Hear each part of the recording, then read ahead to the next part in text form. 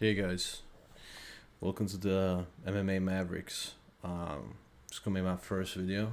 I'm making my MMA channel. Been a fan of MMA for a long time.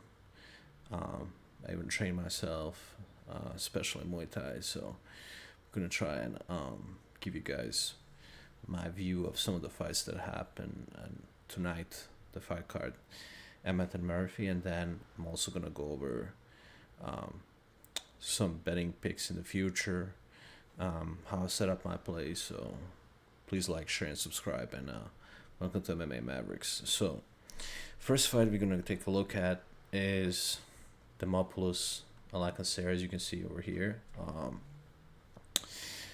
It was just a bit of a boring fight. There were a couple of good moments. Alcacer could have pulled some subs. She had 4 takedowns.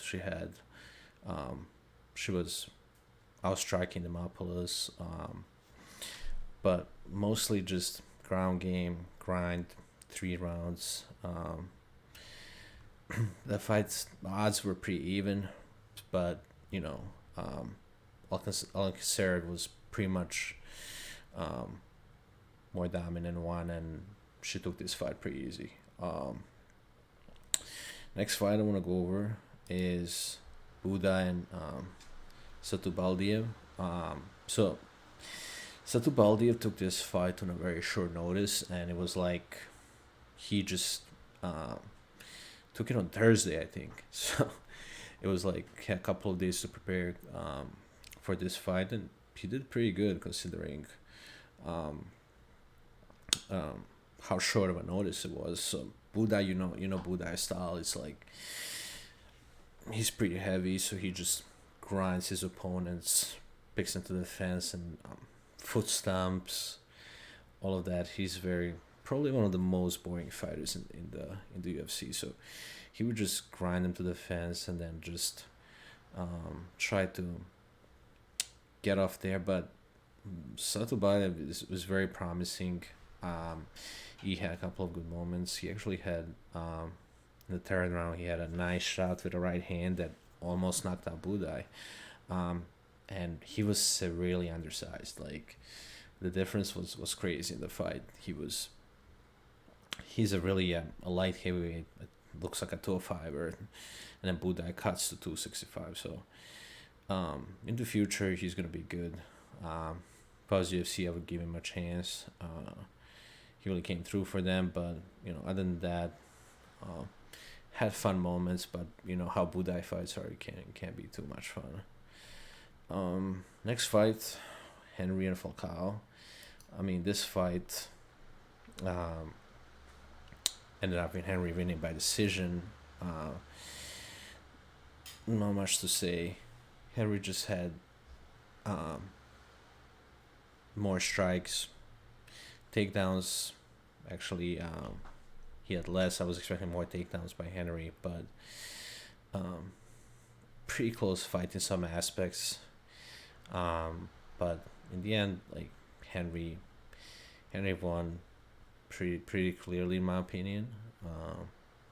So it was a pretty straight fight. Not much to talk about. Had a couple of good moments, and then next fight, Loma and Stella Nunes. So this fight was won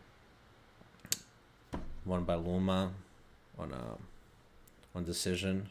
It was unanimous, and Loma just dominated from start to finish. Had 111 to 51 strikes. She had 3 takedowns. So Loma is gamed. Like I like Loma. She always brings it.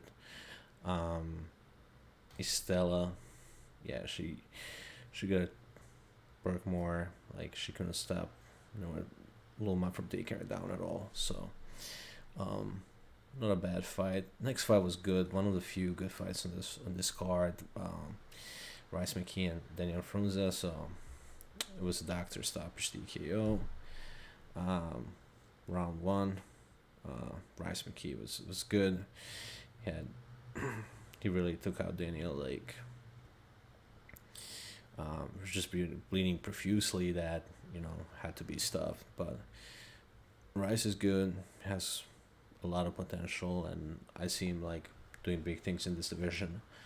Um, as you can see, he was an underdog here, so it was a good underdog place on this card. Um, he's an underdog, so I see a very good future for him. Irish, has that McGregor style esque swag to him. He's very marketable, so I'm sure UFC is gonna try and push him going forward. Um, next one we have Belbita and Barboza. So this was won by Barboza in round one by sub. So I actually had this as one of my plays that hit. Barboza just took her down, submitted her. One takedown, all the thing, one sub attempt. Nice and easy, no sweat at all. So it was pretty straightforward. Barboza performance, just gonna go for that sub. So um, ended up fast. So we actually had some finishes on the women's side. Next fight, probably the worst fight I've seen in a while, and worst fight on this card. Finney was just scared to fight. Like, he just didn't like attack at all. It was just take him down, and whenever he was on top, he wouldn't even do any damage at all. Like, it was such a bad fight. And we see 8 takedowns, 17 strikes, total 17 strikes. So from the 8 takedowns, and he has 17 strikes. How he was just holding him down for 15 minutes, and we get it. You're strong, you can pick him up, but he didn't do anything much else with that. So it was pretty like boring fight. And one of the judges even gave Valentina decision, so it was a split decision. I think he's gonna get cut, honestly. Like, UFC does not like that style, and it's just like so bad. I don't see a future for him. Valentin couldn't do much. Like, he was just getting taken down, ragdolled. But yeah, and it's okay to take a guy down, but you're not doing any damage on top. You're just holding him for dear life. It's such a bad fight. Next fight is probably one of my favorites on this card. So we had Odin and Luis Gural. In round 2, Odin knocked him out. It was a beautiful knockout, beautiful left hand. Odin had his moments at the beginning, and then Luis couldn't stand with him, so he would try to take him down, controlled him for a little bit on the ground, and then Odin would get up again, and then Odin is so fast. He's so fast and so technical. He's gonna have a great future in the division. Then ended up knocking him out with that beautiful left hand. It was picture perfect. It was very nice. Luis, he just he just I seen it happening. He was just outclassed. Brett Tavares, John Mershad. This was that veterans kind of matchup in the middleweight division, fighters that are kind of on the tail end of their career, who are just somewhat similar. I mean, Gerald is a submission specialist. Brad is kind of like a striker. Can we call it? He's kind of like an overall around guy, and then unanimous decision win by Brad Tavares. He pieced him up pretty nice on the feet. Gerald attempted 8 takedowns. He didn't take him down at all. More significant strikes, more total strikes for Brad. So pretty clear cut, bust him up. A nice clear cut decision for Brad. It was just very straightforward. Straightforward from Brad. So if you were hitting that decision, you would have got money on that. Now this is an interesting fight. Kritovius Romius, what a name. And then Chang Huli. So Kritovius could have actually won this fight. He got KO'd in the round 2, but he couldn't won this fight. He was piecing him up on the feet, and every time he would be piecing him up on the feet, he would try to take him down and submit him. He would get reversed and then get taken off by ground and pound. So Chan Hu would just reverse him every time, and just this is the only reason why I lost that fight. Like, he would get reversed, and he really one of the worst displays of fight IQ that I ever seen. So, like, he could have like easily won this fight if he was just had like a little more fight IQ. He just had to stand with him and not go to the ground because he had power. He was hurting him. So, but again, you can't teach fight IQ. That's something you either have or you don't. So, pretty bad performance by Cortovius, and then Chan Hu was great. And then we have next fight. I expected more out of Brito. Sabatini won by decision. It was a wrestling performance. Sabatini just took him down, did a little bit of damage. I mean, we see total strike 135 to 27. So Brito could not get off. He's such an explosive guy. I was expecting him to knock out Sabatini, but Sabatini just took him down, and every time he took him down, he controlled him for long periods of time, just like did enough damage to not get stand up, and it was just like a wrestling performance for 3 rounds. It was not a fun fight, but definitely shows that Sabatini has a future in the division, and he's it's gonna be hard to like deal with his wrestling.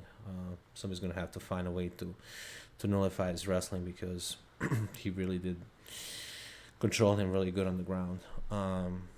And now we come to the main card. Josh Emmett, Leron Murphy went 5 rounds. Unanimous decision by Leron. What can I say about this fight? Emmett had his good moments. He almost knocked out Leron a couple of times. Leron was keep his distance, play the distance game. He won on decision, but it was an impressive performance over a 40-year-old Josh Emmett. I think he could have done better. He could have applied more pressure. He just did enough to win, basically, and not much to say other than he wasn't fun, and I don't know. They're not gonna really be booking him for main events anymore. This card in Apex is like, UFC needs to move out of the Apex already. Like, there's so many places they still have yet to visit, and it would be really nice if they like make better cards too. Like, Mexico last week was fun, but UFC kind of being a downgrade with the fights lately. Fights haven't been that fun. Next weekend we have of course Lopez and Volkov, so it's going to be a great fight. And I'm going to do a video about that fight coming up. But if it's not a pay-per-view, the Apex card is always bad. So tonight was not the same. It wasn't a fight card. Mexico was much better last week, but yeah, that's my breakdown of how these fights end. So if you didn't watch the fights, this is pretty much what happened in all of them. It's my first video for MMA Mavericks, so please like, share, and subscribe, and thank you guys for listening.